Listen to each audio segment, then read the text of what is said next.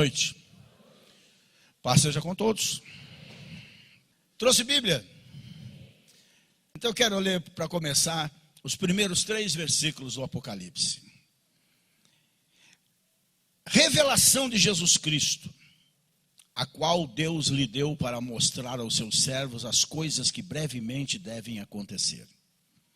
E pelo seu anjo as enviou e as notificou a João, seu servo, o qual testificou da palavra de Deus e do testemunho de Jesus Cristo e de tudo o que tem visto. Então ele coloca aqui 3 coisas bem distintas. Bem-aventurado aquele que lê, os que ouvem as palavras dessa profecia, os que guardam as coisas que nela estão escritas, porque o tempo está próximo. Amém? Vamos nos assentar nesse mesmo espírito, gente? 7 bem-aventuranças é o que você realmente encontra no livro de Apocalipse. Bem definidas. E 7 tem uma grande importância nas Escrituras, especialmente no livro de Apocalipse, onde fala das 7 estrelas, dos 7 castiçais, dos 7 candelabros, dos 7 anjos, dos 7 Espíritos de Deus, das 7 trombetas. Se a gente forçar um pouquinho, a gente já lembra das 7 voltas em torno das muralhas de Jericó. Se a gente forçar mais um pouquinho, a gente vê um general sírio coberto de lepra, mergulhando por obediência 7 vezes nas águas do Jordão e sair de lá com a pele como se fosse de um menino, não é? 7, biblicamente falando, é o número da perfeição.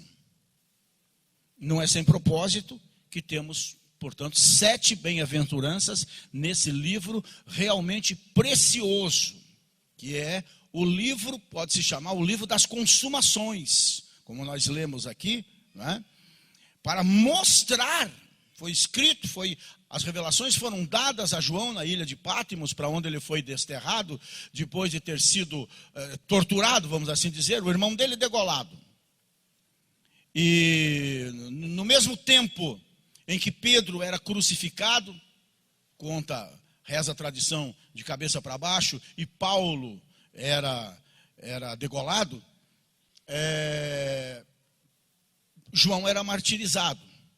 Mas Deus tinha um plano maior com a vida dele. De alguma forma, ele escapou daquele óleo fervente e desterrado foi para a ilha de Patmos, não é? Uma ilha extremamente solitária, longe, no meio do mar.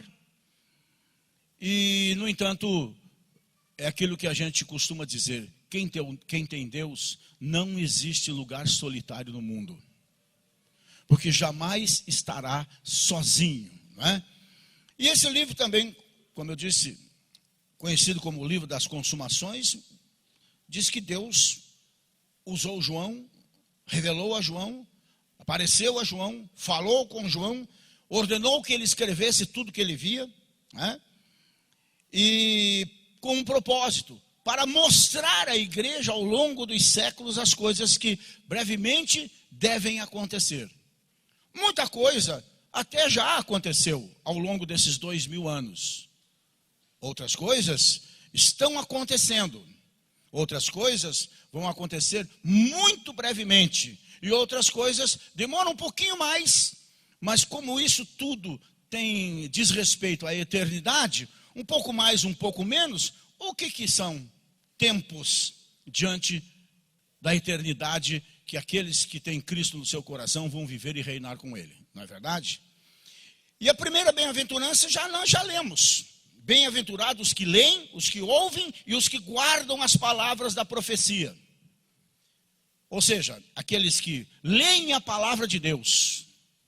Olha para mim e me responda com sinceridade: você tem lido a palavra de Deus? Eita, nós.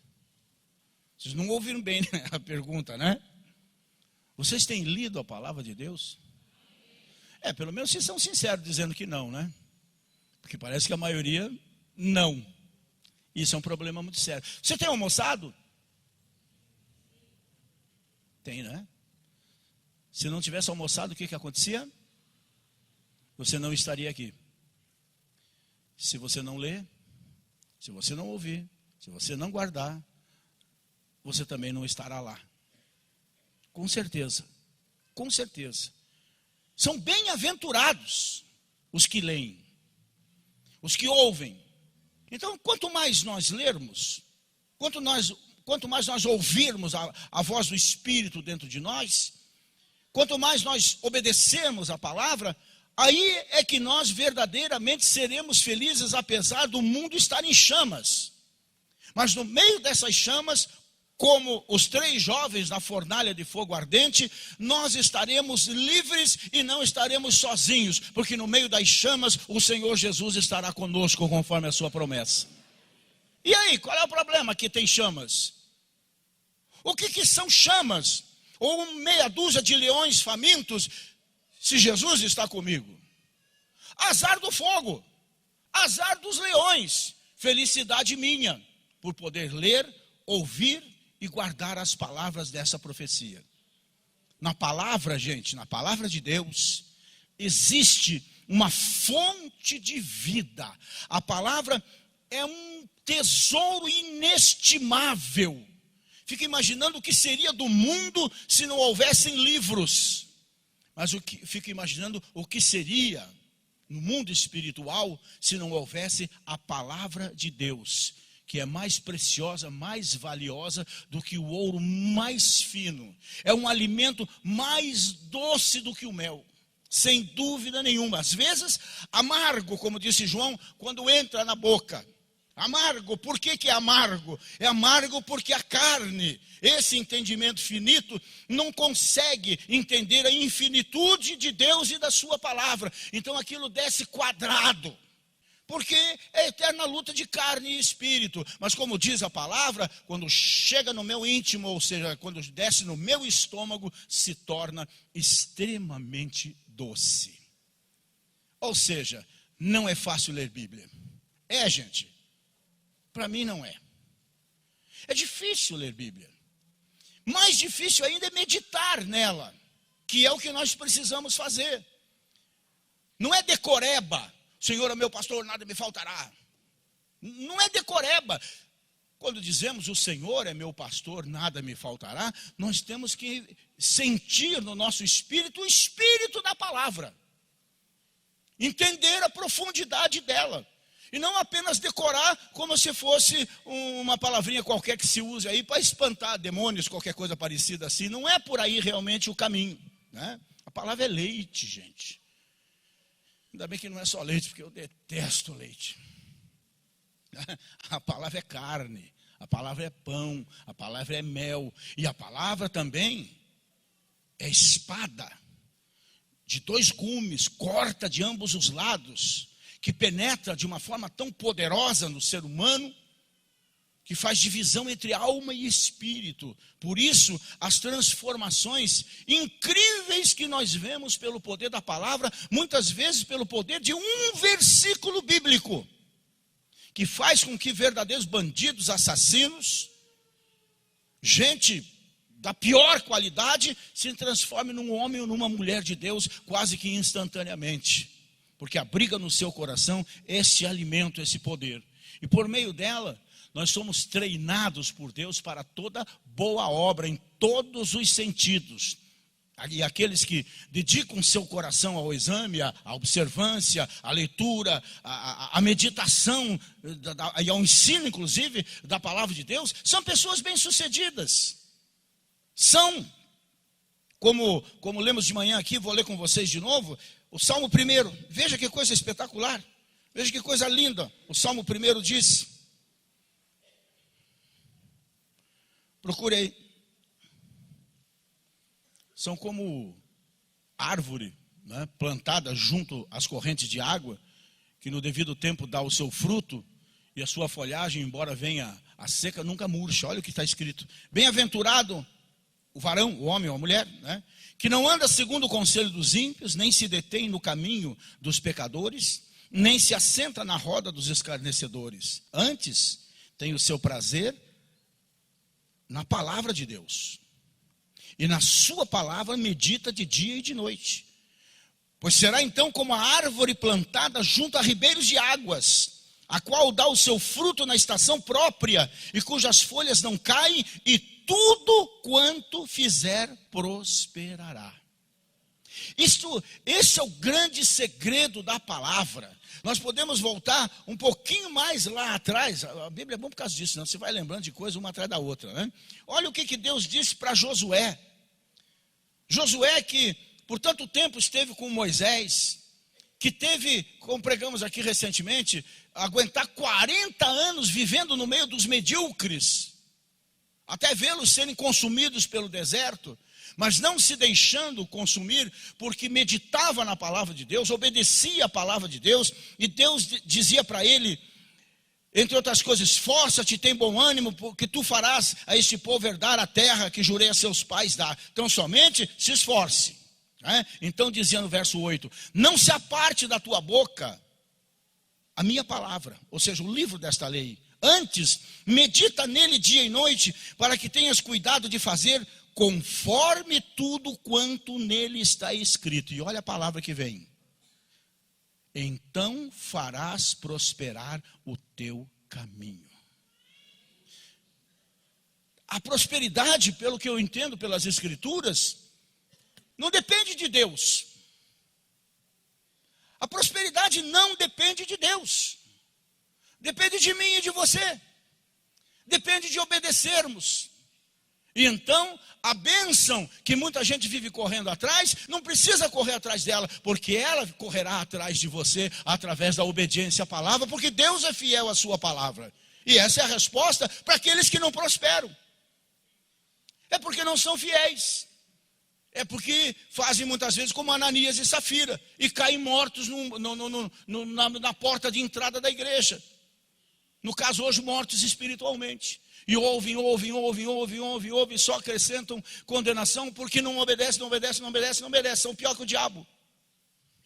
Porque a Bíblia diz que o diabo crê tanto, que estremece, mas não obedece. E a igreja anda cheia de crentes por aí, que só creem, nem estremecem, mas também não obedecem. Então, gente, não tem jeito. Ou meditamos nessa palavra, guardamos no nosso coração e obedecemos, ou vamos ficar patinando 40 anos no deserto, dando volta, como cachorro que corre atrás do rabo.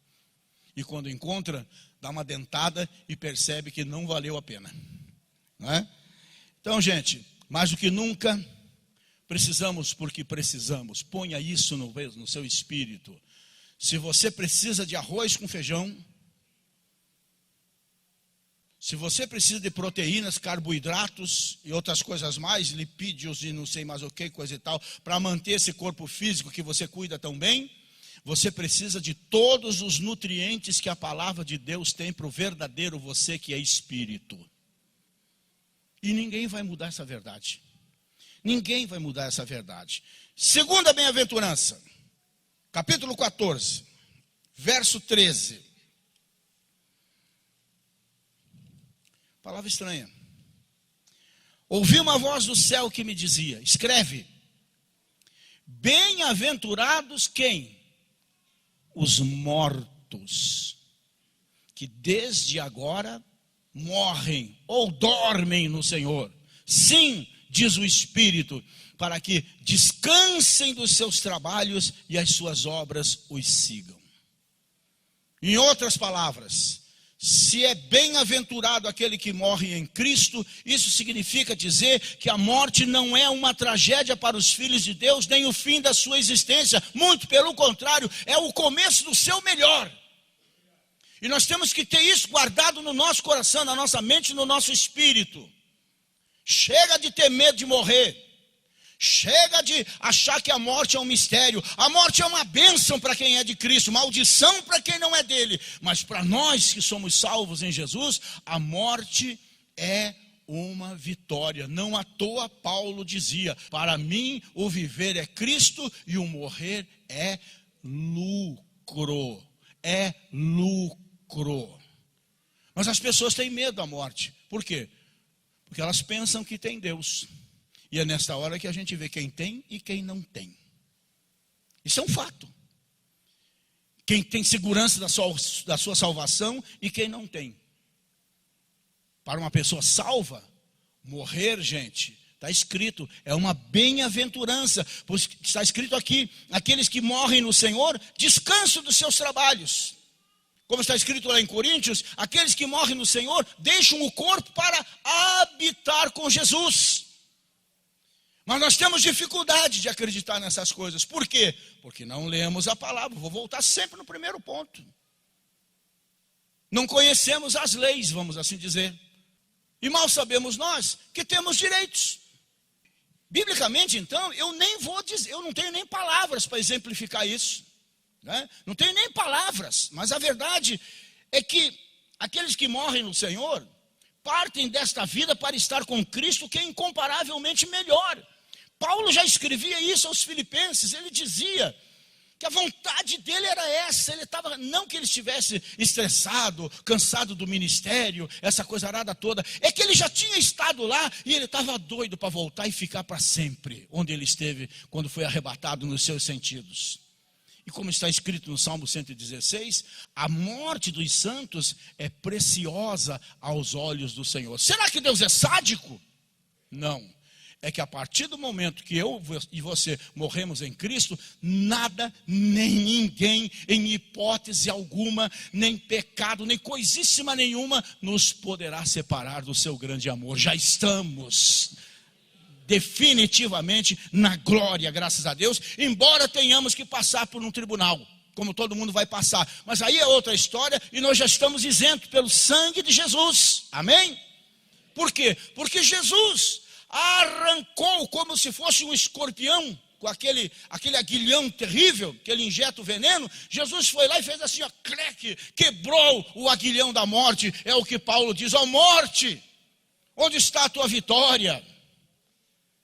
Morte sem aguilhão, inferno sem vitória, porque Jesus Cristo já nos conquistou a vitória definitiva. Agora a morte não tem mais a última palavra. Por quê? Porque Jesus matou a morte, na sua morte.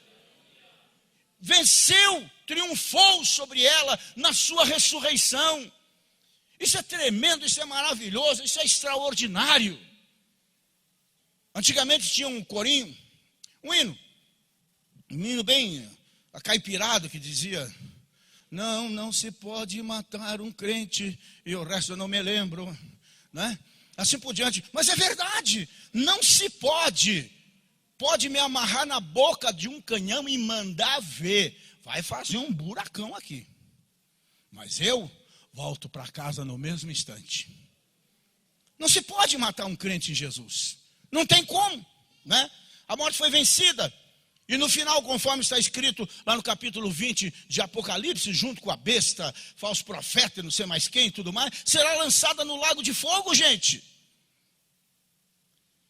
Então, essas coisas só vamos entender como João pôde entender, por revelação. E a palavra de Deus é revelação para os filhos de Deus. Só não será se permanecermos na ignorância. O meu povo foi destruído, Deus usou Oséias para dizer, porque era ignorante. Muitos estão sendo destruídos porque são ignorantes. Quem é ignorante? É quem não conhece a verdade. Essa é a verdade. A terceira bem-aventurança está um pouquinho para frente no capítulo 16 e no verso 15, que diz assim: eis que venho como ladrão. Bem-aventurado aquele que vigia e guarda as suas vestes, para que não ande nu e não se vejam as suas vergonhas. Interessante essa leitura, não é? Mas é assim mesmo. Aqueles que vivem cuidadosamente, procurando viver dentro do possível uma vida de santidade, se afastando do pecado, não mancomunado com o pecado, muito pelo contrário, que procuram viver uma vida honesta, mesmo que seja zombado por causa disso, por ser honesto. Mas o Rui Barbosa já escreveu isso há mais de 100 anos atrás, que tem hora que dava vergonha de ser honesto, no meio de tanta podridão que era. 100 anos depois continua a mesma droga. Não é? Mas não tem importância. Não tem importância. Temos que viver em retidão. Porque aí nós somos verdadeiramente felizes. Nós podemos andar de cabeça erguida. Se tiverem que falar de nós, vão ter que mentir. E quando nós colocarmos a cabeça no travesseiro, sai de baixo porque nós vamos roncar. Né? Volta e meia alguém me chacoalha lá. Né? Fazer o quê?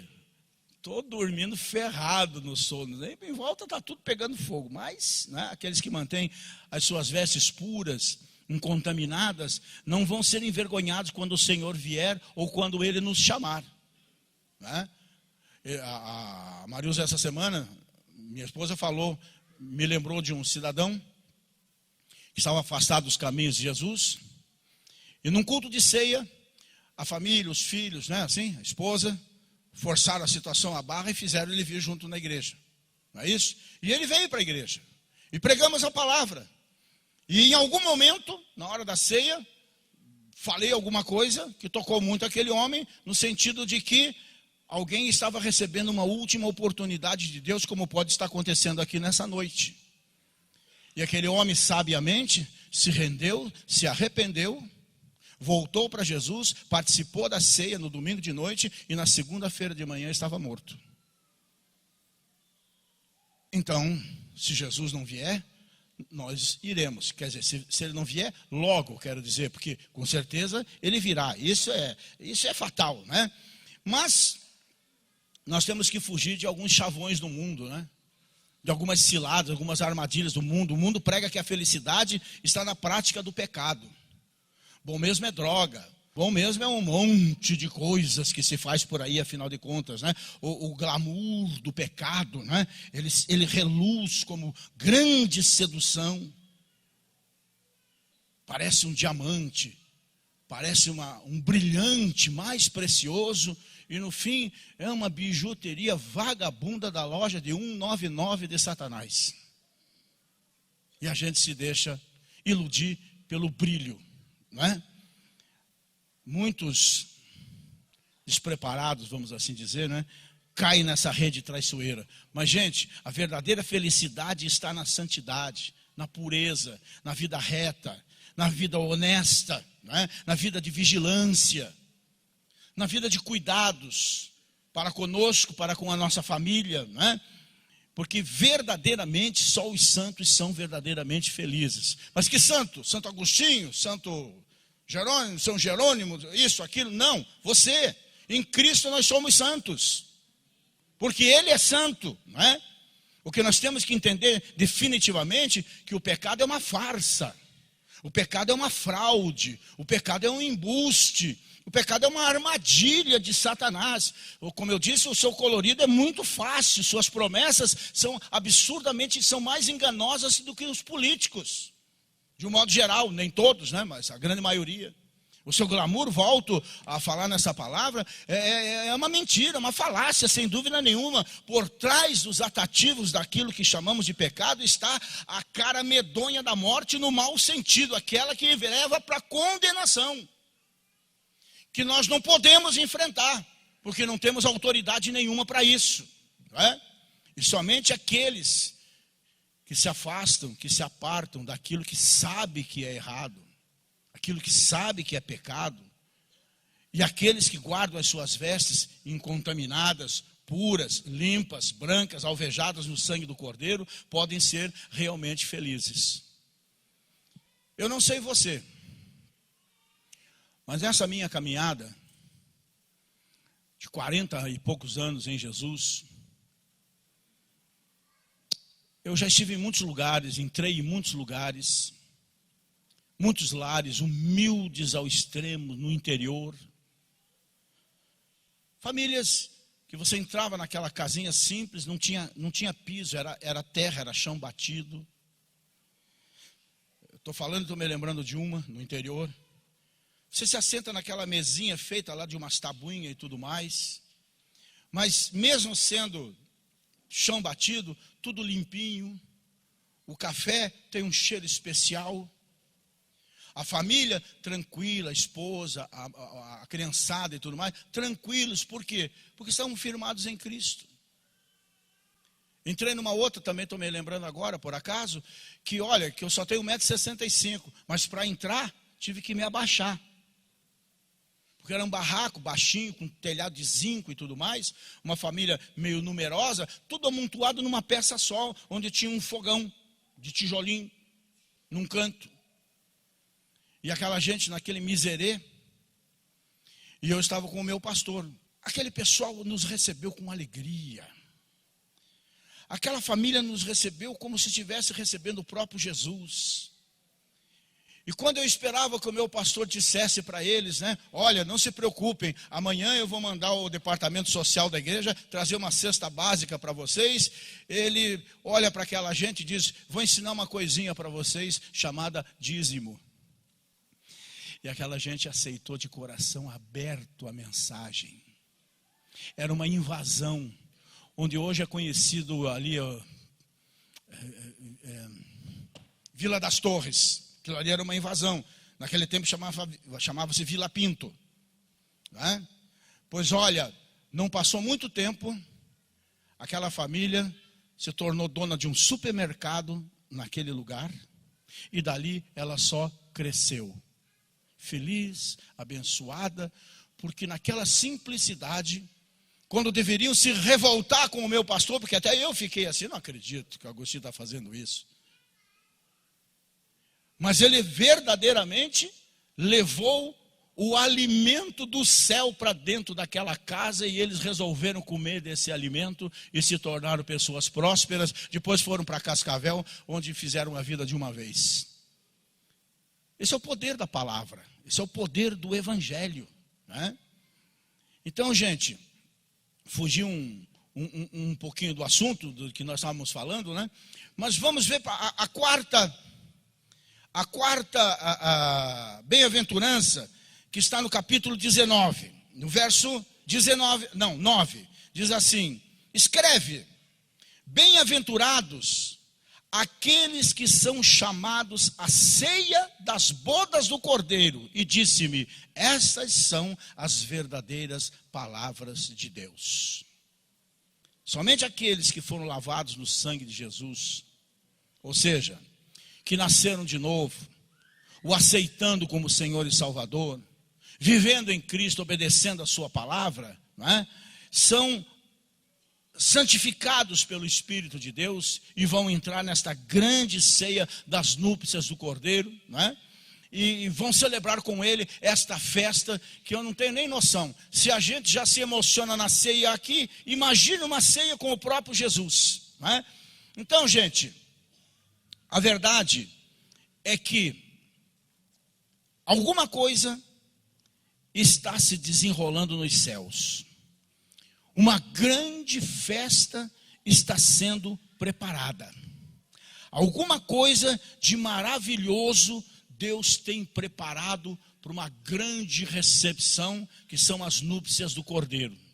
Nessa festa, teremos a companhia dos melhores convidados. Nós veremos Moisés, Elias e Eliseu. Eu quero ficar frente a frente com Caleb e dizer para ele, você é o cara. De verdade, né? Isso junto com os santos anjos de Deus. Não vai ser a banda dessa, a banda sertaneja, ou a banda de rock pesado, qualquer coisa, né? Mas será a melhor música, a música celestial que será tocada nessa festa, né? Uma vez que a igreja é glorificada, os anjos, né? E o próprio universo, como diz o Apocalipse, se desdobrarão em louvor àquele que está assentado no trono e ao Cordeiro.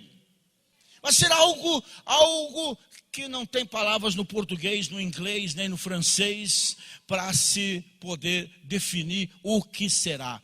Mas nessa festa estaremos trajados, não como Marcos, quando ele foi ao Getsêmani enrolado num lençol, que isso não é roupa para ir ao encontro de Jesus, não é? Mas nessa festa estaremos trajados das melhores vestimentas, porque nós vamos usar roupas alvas, né? linho finíssimo, como diz a palavra, que é o símbolo, tudo isso tem simbologia, é o símbolo da justificação. E nesta festa vamos beber o melhor vinho, vamos desfrutar de todas as delícias que alguém possa imaginar da mesa de Deus. E o melhor de tudo, esta festa não vai acabar. Mas nós temos que estar preparados, porque como já lemos, à meia-noite ele virá, como um ladrão ele virá. Aí entra até a parábola das 10 virgens, todas esperando o noivo para a celebração das bodas. Deveriam estar preparadas em todo o tempo, porque não sabiam a hora que ele viria.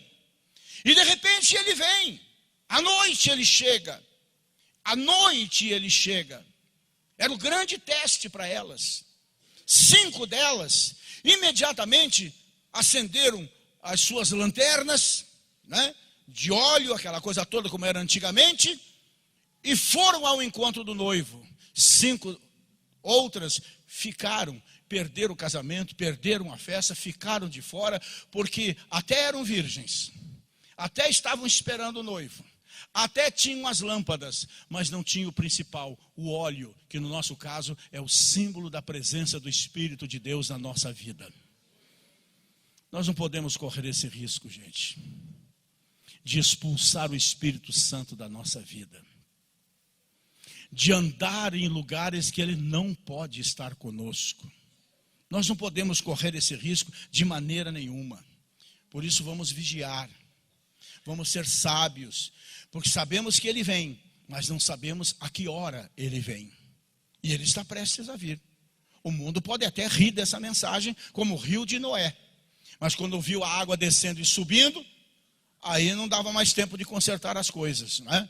Então vamos viver como as 5 virgens, não nécias, mas as sábias, as prudentes, né? Em quinto lugar, vamos atropelar um pouquinho aqui. No capítulo 20, no verso 6, fala da quinta bem-aventurança, que diz assim: bem-aventurado e santo aquele que tem parte na primeira ressurreição, que seria a conversão, né? Sobre estes não tem poder a segunda morte, na tribulação, mas serão sacerdotes de Deus e de Cristo e reinarão com Ele 1000 anos. E depois a outra história, para continuar para frente, né? A primeira ressurreição aqui, como eu disse, é sinônimo da nossa conversão. Estávamos mortos dos nossos pecados. Por isso devemos descer as águas do batismo. Porque quando descemos as águas, sepultamos a velha criatura e ressurgimos para uma nova vida em Cristo Jesus, nosso Senhor. Esta é uma simbologia que Jesus instituiu, que Satanás odeia. Por isso que as igrejas estão cheias de frequentadores que são meros simpatizantes, mas não são membros da igreja de Cristo. E quando eu digo igreja de Cristo, eu não estou falando da igreja Assembleia de Deus, Batista ou Quadrangular. Eu estou falando da igreja invisível, na qual nós nos tornamos membros exclusivamente quando, primeiro, aceitamos Jesus, segundo, damos uma prova pública de fé, descendo as águas do batismo. Por isso você precisa se batizar. Se o Espírito de Deus falou ao teu coração, eu tenho que me batizar, como fez com 2 pessoas hoje de manhã aqui, pode ser amanhã, ou depois da manhã, ou o dia que você quiser, a hora que você quiser, desde que não seja de madrugada. Mas a piscina está lá atrás, água tratada, para esquentar aquilo é um tapa, né? Não tem problema nenhum. Se alguém desejar e não quiser esperar até agosto, essa semana mesmo resolvemos o teu problema, né? Agora, o que nós não podemos mais é continuar vivendo de aparências. Não dá para viver de aparências. Não tem como viver de aparências, né? Até porque, assim como Deus sabe de tudo na minha vida, o inimigo que anda ao meu derredor rugindo como se fosse um leão procurando me destruir, ele também sabe por deduções de muita coisa. E ele pode, qualquer hora dessa, me preparar uma cilada. E se eu não estiver firmado na palavra, coberto pelo sangue de Jesus, verdadeiramente não ser nascido de novo, aí lascou tudo, né?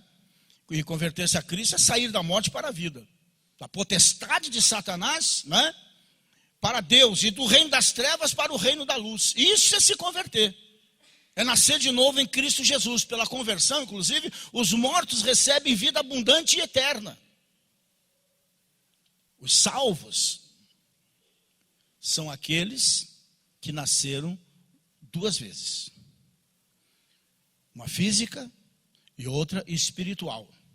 E vão morrer apenas uma vez, fisicamente. Lógico.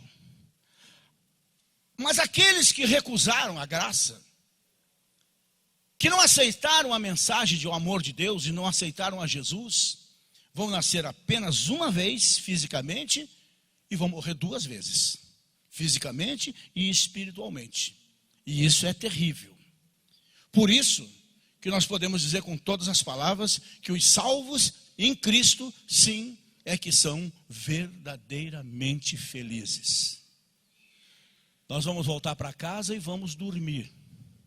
Podemos não acordar. Qual é o problema? A grande vantagem do crente em Cristo é essa. Vou me deitar. Amanhã, se eu acordar, Jesus vai estar comigo. Se eu não acordar, eu vou estar com Ele. O que é o melhor? Não é? As duas coisas são muito boas, mas uma é melhor do que a outra. Não é? A sexta bem-aventurança, capítulo 22, verso 7, diz assim: eis que cedo venho, bem-aventurado aquele que guarda as palavras da profecia deste livro. A bem-aventurança aqui está diretamente ligada à obediência. O guardar é obedecer. E conhecer sem obedecer é acumular juízo sobre si mesmo. Tem pessoas que fazem faculdades teológicas, institutos teológicos, discutem Bíblia, essa coisa toda, mas não obedece. Não resolve nada. Temos que entender que o conhecimento nos responsabiliza, não somos mais inocentes diante de Deus. Conhecemos a palavra, temos lido, temos ouvido a palavra na igreja. Agora é uma questão de obedecer, ou não. Mas o conhecimento que produz obediência, que desemboca assim em mudança e produz ação positiva no reino de Deus, sem dúvida nenhuma, resulta em grande alegria. É uma coisa inexplicável para o mundo, o que é Jesus, o seu Espírito habitando conosco nesse corpo. No céu, ponha isso no seu espírito, só existirá uma categoria de pessoas. Não é crente desta ou daquela igreja, desta ou daquela religião, quem foi mais bonzinho, quem deixou de ser menos bonzinho, assim por diante. Só vai ter uma categoria de pessoa no céu, não terá duas. E essa categoria são as pessoas obedientes. Ponto final. Né? Os rebeldes que taparam os ouvidos à voz de Deus e desprezaram a sua palavra, está escrito, é lamentável, mas é verdade. Não vão ter acesso à cidade santa, à Nova Jerusalém. Não vão saber sequer o que é isso, afinal de contas. Não é?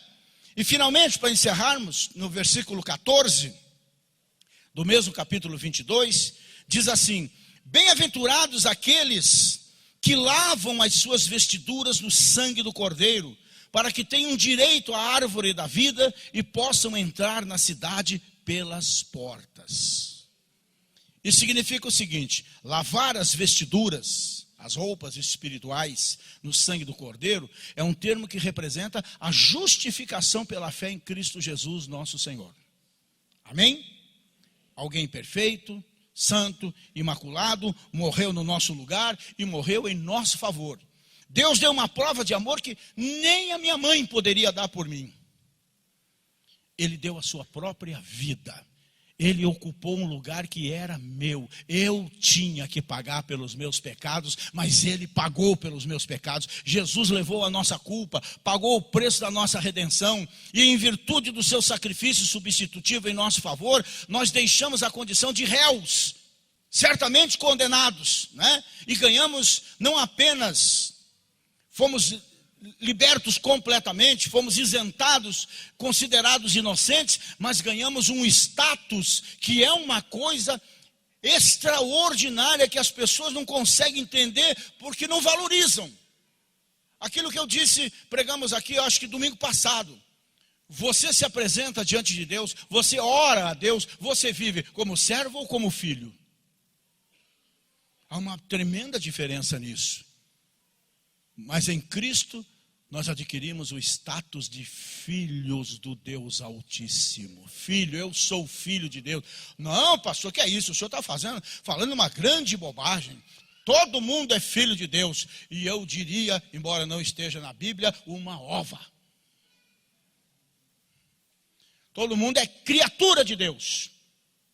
Nos tornamos filhos, como está escrito, por adoção. Quando recebemos o seu filho da nossa vida, através dele nos tornamos filhos também. E ponto final, é o que a Bíblia diz. Se alguém me mostrar qualquer indício de uma outra verdade em cima dessa, eu aceito, mas tem que ser na Bíblia. Não na base do eu acho. Está escrito, então está escrito. Veio para os seus, é o que está escrito. Os judeus, mas os seus não o receberam. Mas a todos quantos o receberam, você já recebeu Jesus na sua vida? Então ele te deu o poder de você se tornar filho de Deus, é o que está escrito. Amém? Agora, pelo sangue de Cristo, somos membros da família de Deus. Temos então o direito à árvore da vida e entraremos, como lemos, na cidade pelas portas, gente. E a verdadeira bem-aventurança, isso é uma das coisas que nós temos que ter o máximo cuidado. A verdadeira bem-aventurança não é carro novo, não é casa bonita, embora isso seja motivo de alegria. A verdadeira bem-aventurança não é fama, não é poder aqui na terra.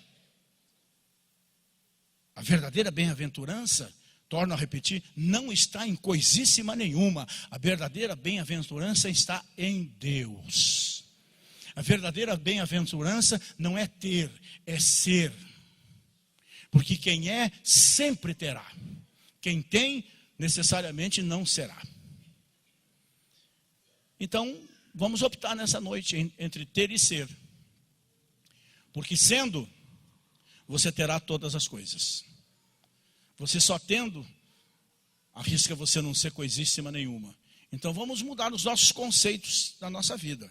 Mas pastor, quer dizer então que eu tenho que fazer voto de pobreza? Não, voto de pobreza é uma miséria, né? É brincadeira, não sei por que voto de pobreza, né? A que leva a isso é que eu não consigo entender. Porque a Bíblia diz que é Deus quem nos dá o poder, o dom, para adquirirmos riquezas. O Salmo 35 diz que Deus ama a prosperidade dos seus filhos. Como é que eu vou ser pobre, miserável? Agora, o segredo está na obediência. A bênção, qual é a bênção que você quer? O carro? A casa? Uma casinha na praia? Essa bênção você não precisa correr atrás. Porque essa bênção, se você tão somente fizer a sua parte e obedecer a Deus, o carro vai correr atrás de você. A casa vai correr atrás de você. A casinha lá na beira-mar vai correr atrás de você. Mas você tem que ser obediente. Quantas vezes? Mais ou menos 1 zilhão por dia. Sempre obediente, sempre crendo, nunca desanimando, sempre sendo fiel. Mas Deus é fiel, sim. Deus é fiel. Mas esse negócio de Deus ser fiel é bênção e é maldição. Uau, que heresia! Onde já se viu a fidelidade de Deus ser maldição? Mas é aquilo que eu sempre digo. Deus diz para mim assim: Rogério, está vendo o corredor aqui do meio? Esse é o caminho que eu tracei para você. Anda por ele. Me obedeça. Seja fiel a mim e eu serei com você. Mas aí o Rogério, cheio de opinião, opiniático, né? Cheio de vontades. Deus não está com nada, ele não sabe de nada. Eu posso me resolver sozinho. Eu resolvo caminhar por ali. O que Deus vai fazer? Vai continuar andando onde ele disse que era o caminho dele. E eu vou estar sozinho lá. Então a fidelidade de Deus se torna maldição na minha vida. Mas se eu andar com ele, será uma bênção que não acaba nunca. Então isso tudo é muito relativo. Embora as coisas de Deus sejam todas superlativas, não é? Sem dúvida nenhuma. A verdadeira felicidade, gente, está na bendita e gloriosa salvação em Cristo Jesus, nosso Senhor. É uma coisa que nós temos também que colocar no nosso espírito. Eu, às vezes, venho para a igreja aborrecido, às vezes doente, às vezes chateado ou qualquer coisa parecida. Pessoas chegam na igreja aqui desempregadas, também às vezes até desenganadas pela medicina, os milagres acontecem, às vezes não precisa nem orar.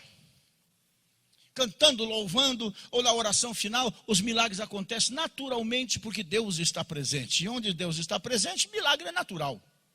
Não é verdade? Mas a gente não deve vir por isso. A gente deve vir por uma coisa maior. Maior não. Eu não sei qual palavra eu usaria. A gente tem que vir pelo absoluto, e o absoluto é Deus. A gente vem por Ele, à casa dEle, louvá-lo, engrandecê-lo, e o resto vai acontecer naturalmente na nossa vida. O que você veio em busca nessa noite? Qual é a tua maior necessidade? O que é que está tirando o teu sossego, a tua alegria? O que é que está te preocupando? Qual é a bênção que você precisa nessa noite? Fique de pé na presença de Deus. Coloca isso diante de Deus, porque o prazer do Senhor é atender os seus filhos em todas as suas necessidades, suprir todas as nossas necessidades em glória por Cristo Jesus, nosso Senhor. O que é que você precisa nessa noite? Você tem que dizer. O Senhor pergunta: o que queres que eu te faça? Você tem que dizer: Senhor, eu quero ser curado. Tá, do quê? Mas tu não és Deus e não sabe? Jesus sabia que o cego Bartimeu queria ser curado da sua cegueira, mas perguntou para ele: o que queres que eu te faça? Qual é a tua prioridade? Coloque-a diante de Deus nesse instante. Acredite nesse poder sobrenatural que eu não posso ver, eu posso sentir. Enchi meus pulmões de oxigênio, senão eu estaria morto. Enchi minha vida do Espírito Santo de Deus, porque Ele está aqui nesse lugar, senão eu também estaria morto. Então Deus está neste lugar. Ele é quase palpável, vamos assim dizer. E você pode tocar nas vestes de Jesus pela fé nessa noite. O que te falta ainda para você se considerar uma pessoa bem-aventurada? O que te falta para você ser uma pessoa feliz? Abra o jogo com Deus. Abra o jogo com Deus. Meu Deus do céu, Ele nos dá uma liberdade assim tão absurda, que eu gosto de ler esse versículo sempre, que está lá em 40 e não sei quanto de Isaías, agora até eu, 43 no verso 26, né? Procura lembrar-me. Olha o que Deus está dizendo para nós. Procura lembrar-me. Entremos em juízo juntamente. Apresenta as tuas razões para que eu possa te justificar. Como eu disse em uma mensagem aqui há alguns anos atrás, a Bíblia é o livro das jurisprudências. E olha o que ele está dizendo. Desperta minha memória, Rogério. Faça-me lembrar. Quando foi que eu te prometi? Está escrito na palavra. E eu vou dizer: o Senhor me prometeu quando usou Isaías. Lembra? O Senhor usou Isaías e disse para ele que eu deveria te fazer despertar a tua memória, lembrar-te das promessas que fizeste a respeito da minha vida, para que nós dois entremos em juízo, entremos no tribunal pela porta da frente, lado a lado, né? Então eu vou apresentar as minhas causas, as minhas necessidades, as minhas lutas, né? Para que o Senhor me justifique, o Senhor me responda, o Senhor me dê vitória. Está escrito, é assim que funciona. Então ponha diante de Deus e não fique nessa do será. Não fique nesta do se for a tua vontade me cura. Ai, ai, ui, ui. Eu posso até não ter fé para receber. Eu li essa semana um negócio que para mim como pregador foi uma bênção para mim. Um dos maiores pregadores da história, um dos homens mais usados por Deus na história da igreja, foi Smith Wigglesworth. É possível até que tenha livro dele aí. Foi a pessoa humana que mais pessoas ressuscitou em nome de Jesus nas suas cruzadas. Inclusive, pregou no Angelus Temple da nossa fundadora Aimee Semple McPherson nos anos 20 lá em Los Angeles, que eu vi a fotografia no livro, não é? Esse homem era usado por Deus em cura assim de uma forma espetacular. Foram um montão de defunto que ele botou a mão, mandou e levantou. E no entanto, por 10 anos ele sofreu atrozmente de uma enfermidade qualquer que o fazia até urinar sangue, ele conta. Foi curado. Como Paul Yong-cho. Quem lembra de Paul Yong-cho aí? Quem lembra dele? Né? Paul Yong-cho é o pastor da maior igreja do mundo. Porque a igreja do Evangelho Pleno, tão copiada por todo mundo por aí, é uma só. A Adonep é uma só. É a do Paul Yong-cho, lá em Yeouido. É o bairro em Seul, na Coreia. É um templo para 25 mil pessoas sentadas e mais 25 mil nas salas fora em telões. Eu participei de um culto desse. No domingo tem 7 desses cultos. Cada culto com 50 mil pessoas diferentes. Só para vocês terem uma ideia, tamanho da igreja do homem. Só que esse homem começou o ministério dele numa barraquinha de, 6 por 8 de lona, que ele ganhou do exército. E ele começou a igreja dele debaixo dessa lona. E esse homem conseguiu com muito esforço mobilizar a Coreia. Meu Deus, se a gente for contar das coisas que eu vi lá, passei uma semana na igreja dele. Se eu for contar das coisas, nós não amanhecemos aqui contando coisa bonita, não é? Só que esse homem, tão usado por Deus, que construiu tantas coisas impressionantes.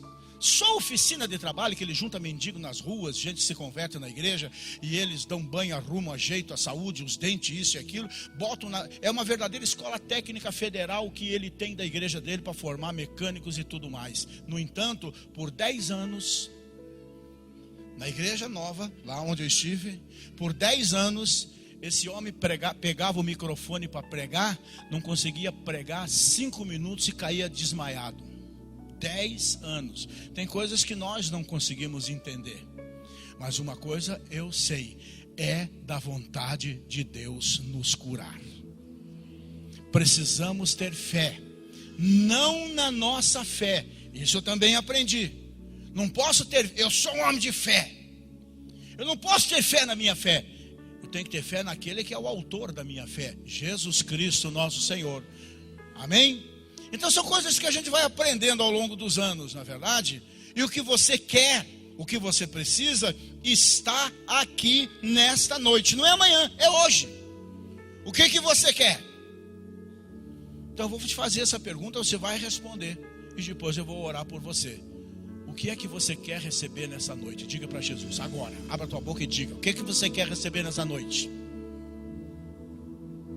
Meu Deus, tua palavra é a verdade absoluta. E a tua palavra nos orienta que há poder no nome e no sangue de Jesus. Um poder irresistível. Todo o inferno não pode resistir ao nome poderoso de Jesus, porque diante desse nome todo joelho vai se dobrar e toda língua haverá de confessá-lo. E é nesse nome glorioso, conforme está escrito, que eu estou fazendo a oração da fé por essa igreja, que ouviu sobre as bem-aventuranças, mas quero acrescentar mais uma nessa noite: seja a cura, seja a solução familiar, seja a transformação interior, seja um problema financeiro, seja o desemprego, seja a necessidade de um salário melhor, de uma vida melhor, enfim. Meu Deus, cada um tem a sua luta, cada um tem a necessidade, e eu sei que o Senhor agora sabe de todas elas, porque elas te foram ditas aqui nessa noite. E como o Senhor disse para o cego, como o Senhor disse para outros que vieram a ti, O que você quer que eu te faça? E o cego disse: eu quero ver. Então o Senhor disse: então veja, nesta noite, na autoridade do teu nome, eu digo para este homem, para esta mulher, para esse moço, para esta moça, até mesmo para essa criança: o que você pediu nessa noite, receba agora em nome de Jesus. Que os céus se movimentem em favor dessa igreja nessa noite. Que o poder do Espírito de Deus encha este lugar com a sua glória, encha as nossas vidas em particular, e tudo aquilo que vem nos atormentando, nos tirando a paz, nos fazendo até pensar que não somos felizes, que não somos bem-aventurados, que não somos amados por Ti, que essas ciladas do diabo caiam por terra agora em nome de Jesus, caiam por terra agora na concretização do pedido, do desejo, da oração de cada um aqui nessa noite. Que a virtude gloriosa e sanadora do Espírito Santo do Senhor transpasse cada vida aqui presente, aqueles que estão no trabalho lá fora, nossas crianças nas salas, nossos juniores no salão de culto lá nos fundos. Meu Deus, que essa unção sobrenatural transpasse a cada um de nós agora, do alto da cabeça às plantas dos pés, passando pelos nervos, pelas células, pelas carnes, pelos ossos, pelo sangue, destruindo toda mentira do diabo chamada doença. Doença saia, dor desapareça, fraquezas sumam em nome de Jesus, dependência de álcool, de fumo, de droga, caia por terra agora em nome de Jesus. Que a bênção da prosperidade venha sobre esta igreja nesta noite. Cada vida seja tocada por aquele que é o Rei da Glória, o dono do ouro e o dono da prata. Abençoa a tua igreja, Senhor. Pois essa igreja se reúne aqui nessa noite para te louvar, para te exaltar, para te bendizer. Por isso eu te peço, os abençoe agora. E neles abençoe suas famílias, seus relacionamentos, seus sonhos, seu projeto de vida. Abençoa mesmo, Senhor, sua vida financeira em todos os sentidos. Enriquece o teu povo para que o mundo lá fora saiba que tu és o nosso Deus. Eu oro a todos abençoando no poder e na autoridade do nome de Jesus. Diga: todas essas bênçãos estão sobre a minha vida. Eu as recebo e não abro mão delas, em nome de Jesus. Amém. Amém.